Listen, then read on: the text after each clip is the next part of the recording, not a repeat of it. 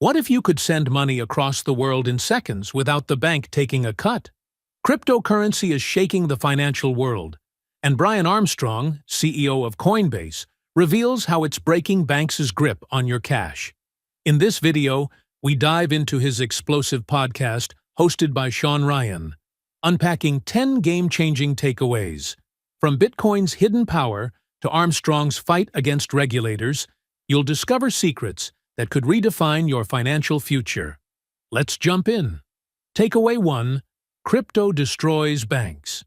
Cryptocurrency is changing how we move money, cutting banks out of the picture.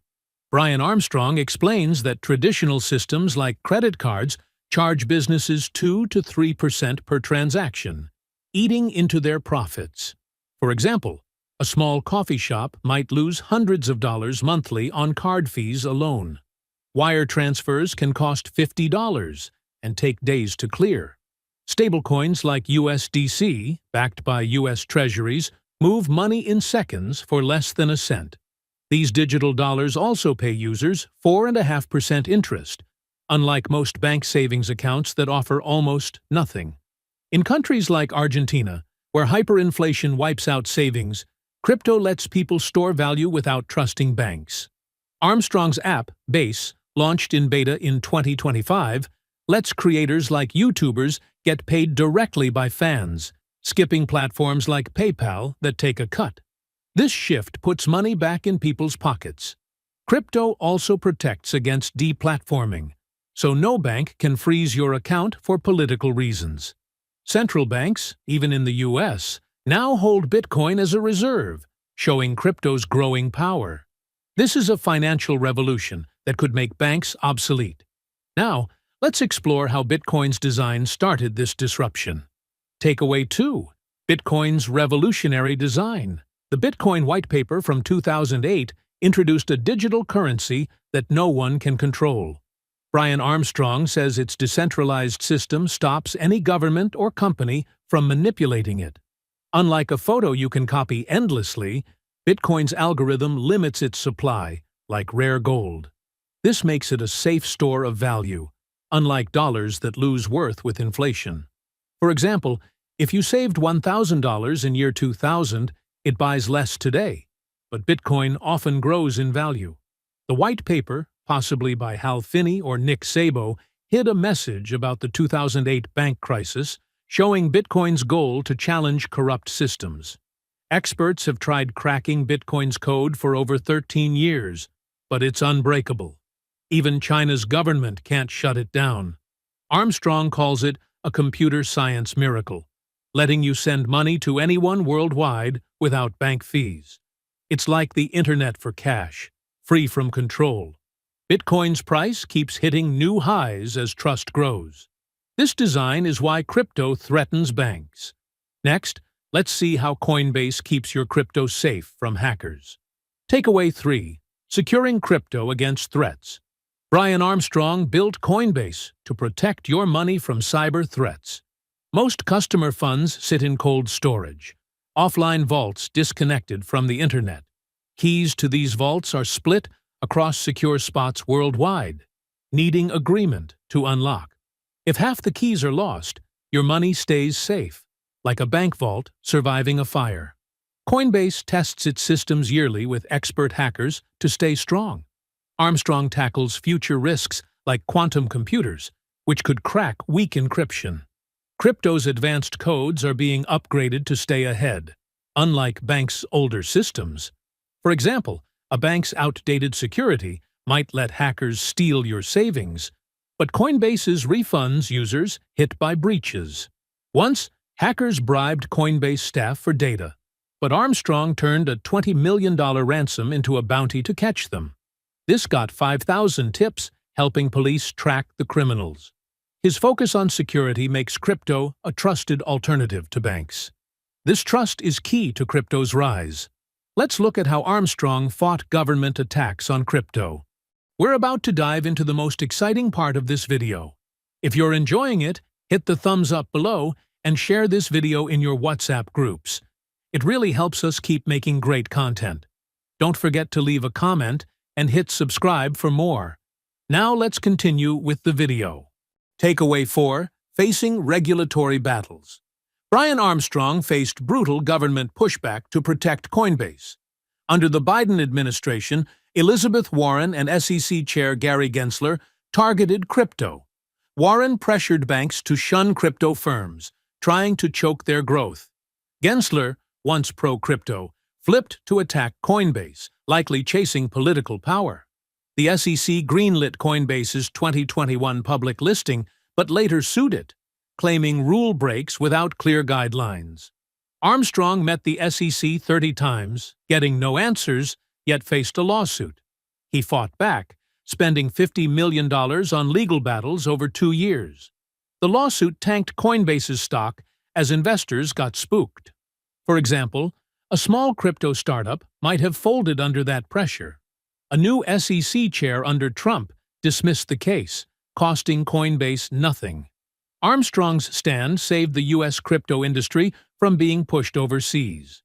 His defiance shows crypto's strength against systems trying to kill it. This fight led Armstrong to get political. Let's see how. Takeaway 5. Political advocacy for crypto. Brian Armstrong learned politics can make or break a business. He started apolitical, but saw government moves could crush Coinbase illegally. He launched Stand with Crypto, rallying 2 million voters in 2024 to back pro-crypto candidates.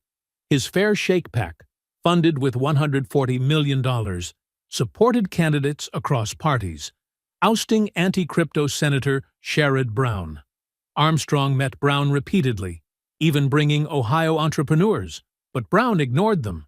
This advocacy built the most crypto-friendly Congress ever, shaking up Washington. For example, a voter in Ohio could now support leaders who protect crypto innovation. Armstrong's team graded politicians on crypto stances, guiding voters.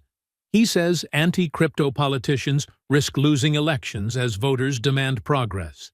This growing political muscle counters figures like Warren. Armstrong's work ensures crypto thrives in America. It shows businesses must fight politically to protect their future. Now, let's dive into Armstrong's roots and why he chased crypto. Takeaway 6. Brian Armstrong's early life. Brian Armstrong grew up in San Jose, California, in a family of engineers. His mom coded at IBM, and his dad worked at Lawrence Livermore National Lab. A shy kid, he loved computers, tinkering with early IBM PCs late at night. He taught himself programming and took coding classes in high school at a local college. Unlike sporty kids, he ran for fitness, avoiding team games. At Bellarmine, a Jesuit boys' school, he learned to serve others through technology. For example, this value pushed him to build tools that help people, like Coinbase. He picked Rice University for its engineering and economics programs, craving independence. There, he studied how money and tech intersect, perfect for crypto later. Living in Argentina for a year, he saw hyperinflation ruin savings, like families losing homes to worthless money. This sparked his drive to fix broken financial systems. That passion led to Coinbase's mission to challenge banks. Let's see how Armstrong turned that vision into Coinbase. Takeaway 7. Founding Coinbase's vision. Brian Armstrong started Coinbase in 2012 after reading Bitcoin's white paper in 2010. He found it on Hacker News, hooked by its idea of money free from bank or government control. At Airbnb, he saw slow, pricey global payments, like a freelancer waiting days for a $50 transfer fee. This fueled his belief in crypto. He researched Bitcoin for 6 months, meeting anarchists and PhDs in San Francisco. Building Coinbase's prototype on nights and weekends, he aimed to fix financial systems. His earlier startup, UniversityTutor.com, taught him grit. Coinbase went public in 2021, valued at $100 billion, serving 110 million users by 2025. Armstrong wanted easy crypto trading to give people economic freedom. For example, a shop owner can now accept Bitcoin without bank fees. His Argentina experience, seeing people lose faith in money, shaped Coinbase's mission. It's now America's top crypto exchange, pushing a bank-free future. Armstrong's innovation didn't stop at crypto. Let's explore his next frontier. We're about to hit the final takeaways from this video. If you're enjoying it, hit the thumbs up below and share this video in your WhatsApp groups. It really helps us keep making great content. Don't forget to leave a comment and hit subscribe for more. Now, let's continue with the video. Takeaway 8. Exploring Human Longevity Solutions. Brian Armstrong launched New Limit, a biotech firm to extend life via epigenetic reprogramming. Inspired by Elon Musk, he poured $100 million into solving big problems. New Limit uses AI to study aging cells, with sequencing costs dropping from $500 to 5 cents per cell. They test millions of proteins to make cells act younger. In humanized mice, old livers worked like young ones, a breakthrough for diseases like cancer. Unlike stem cells, this keeps cells' original type but boosts function. For example, it could help a heart patient avoid surgery. Trials may start in 2 years, though drugs take a decade. Armstrong sees this as high risk, high reward, like crypto's early days challenging banks. Success could add years of healthy life. The goal is living indefinitely, barring accidents. This bold vision shows his drive to reshape industries. But getting these drugs to market isn't easy. Let's see why. Takeaway 9. Reforming medical innovation barriers. Brian Armstrong faces FDA roadblocks to bring New Limit's drugs to people. Developing a drug costs $2 billion and takes 10 years, with many failing. FDA Phase 1 tests safety, while later phases check if it works. Armstrong wants doctors to prescribe safe drugs during trials, especially for dying patients. Right-to-try laws help, but they need to grow. China runs faster trials, sometimes beating the U.S. to test American drugs. For example, a cancer patient might get treatment sooner abroad. This slows U.S. innovation, risking lives. Armstrong hopes the FDA speeds up to keep America ahead. His team may run trials overseas for quicker results.